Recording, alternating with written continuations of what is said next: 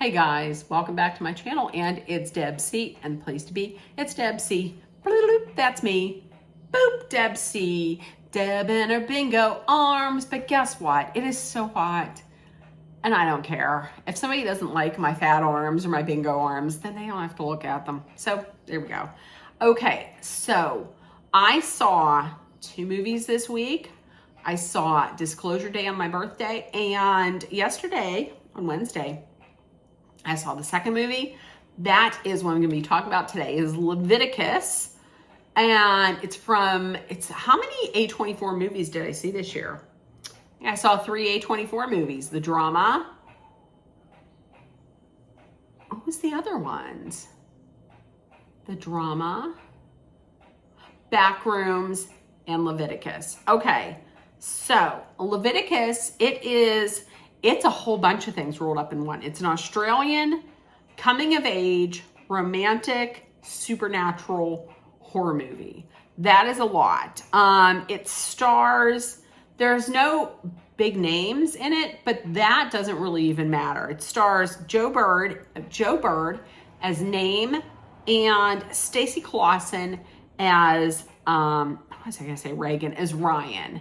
And basically what it is these two teen boys, they develop a secret relationship, okay? So these 2 boys, Joe Bird and his Name.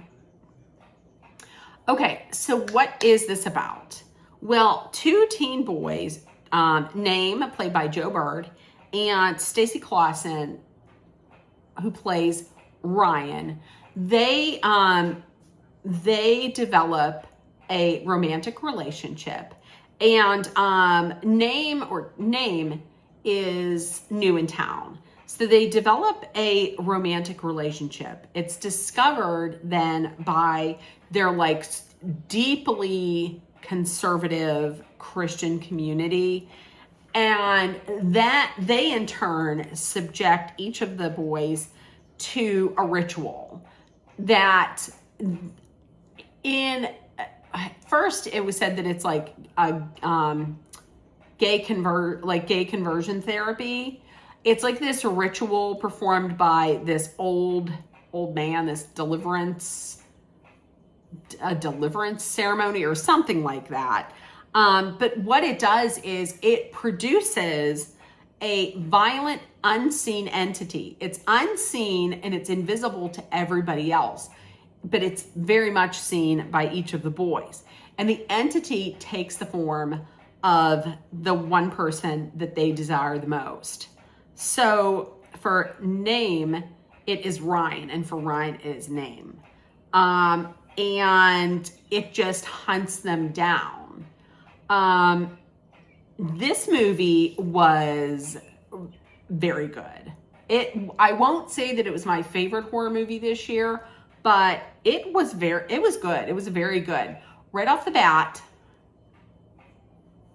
the leads, Joe Bird and Stacey Clausen, were very good. They gave very strong performances. Their chemistry was very solid. They were kind of giving me like young Heath Ledger and Jake Gyllenhaal, but they were very strong. That was my favorite part of the movie. Their performances were very good. The atmosphere fit perfectly. It was kind of like a haunting, dark atmosphere that fit the tone, that fit like the message and the tone of the movie. The script, the writing was good. The script was good. I would say that it was haunting and heartbreaking. It wasn't necessarily scary, although there were some very good jump scares in it. And thankfully, I was the only person in the theater. Not thankfully because I want this to make some money, but thankfully for me because I got to talk out loud the entire time. Like, no one was in there, so I got to scream at the jump scares, I got to curse, and I got to talk out loud, which I did. It wasn't very scary. The thing is, to me, that was the scariest was not the entities, but was the people in the church and the mother. Because when I say it's heartbreaking, it was heartbreaking because these two boys had, you could tell that they had like something that could turn into love. And, they were just figuring each other out.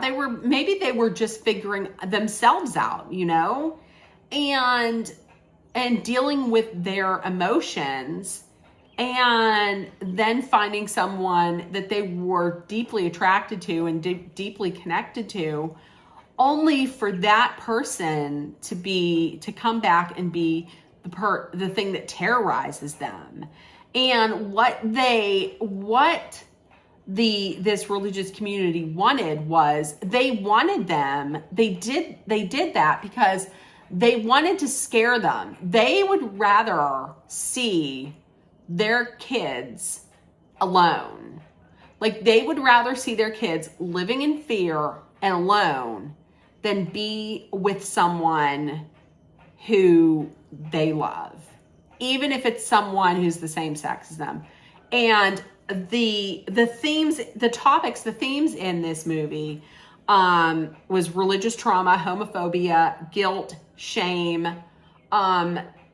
just exclusion. And I have to tell you, this movie didn't scare me as much as it pissed me off, because like I said, they would rather have their children terrorized, scared to death.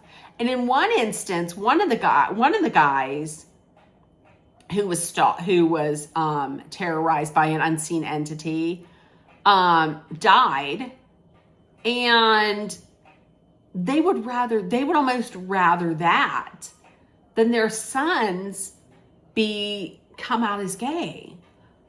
I couldn't believe, here's a spoiler alert, like, Name's mother near the end was like, yeah, I knew what was going to happen, but you have to have fear in life. That's at the point when I was like, nope, fuck you. No. That was the heartbreaking part was that they were betrayed by their parents. And oh my God, it made me so mad. It broke my heart that they couldn't just love who they genuinely loved. Oh, it was so sad. And they were betrayed by their parents, like the people that you expect to protect you, or the people that are bringing in this old man who's doing this ritual that's going to hurt you.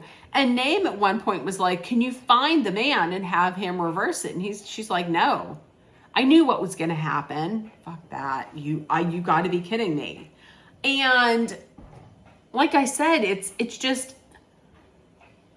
a very good concept. I like that it is an original concept, that the person that you're scared of the most is the person that you love the most.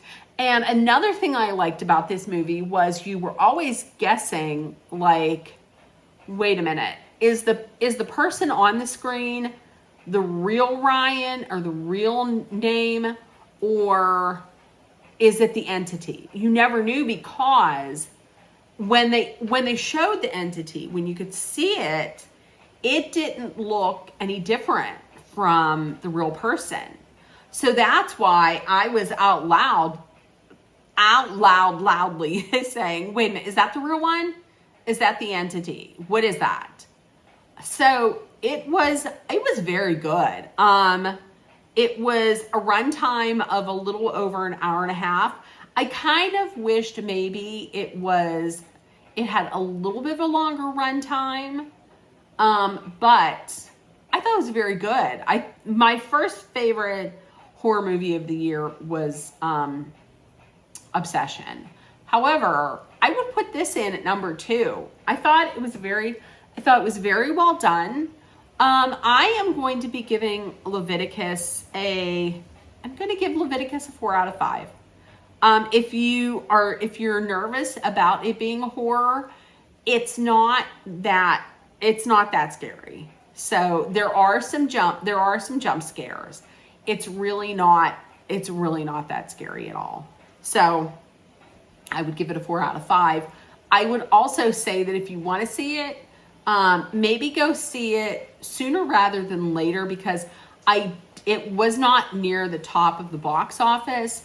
And if that's the case, they're not going to keep the things that they don't keep around long are films that don't do bang up business. And they most definitely do not keep indie films or films from, Black creators, Black directors around, unfortunately. So if you're interested in it, I would probably go see it sooner rather than later. It's Leviticus, so there we go. If this is something that seems interesting to you, let me know in the comments. If you've seen it, let me know in the comments. And with that, and also I wanted to let you know, I did get a clapboard as part of my birthday present from Kristen Burns. Hi, Kristen. So you will be seeing that on all my upcoming movie reviews, which, as you know, I'm an A-lister now. I got to stand up yesterday and wave to everybody there was nobody in there when they said we'd like to give a special thanks to our A-listers. I got to do that. So that, you'll see the clapboard next time. All right. So listen, this is it. This is my last video of the day. If nobody told you yet today you are loved, seen, and heard, please make sure that you put love, kindness, compassion, acceptance, hope, and positivity out there in the world, so it comes right back at you. Please treat others the way that you would want to be treated. Let us be aware of our surroundings, be smart and safe. We're going to drink some water, because always hydrate with water, especially if you had a lot of caffeine today, like I did. And also, if you're in a dangerous situation, or even if you are just at a time in your life or in a situation that is tough, that is taxing, that is stressing you out, please know that Dolly and I are sending our love, thoughts, prayers, and positive energy your way so you make it through. Oh, it is pouring now. And I will see you guys tomorrow, my last day of vacation. All right, I will see you guys tomorrow. Bye, guys. Bye.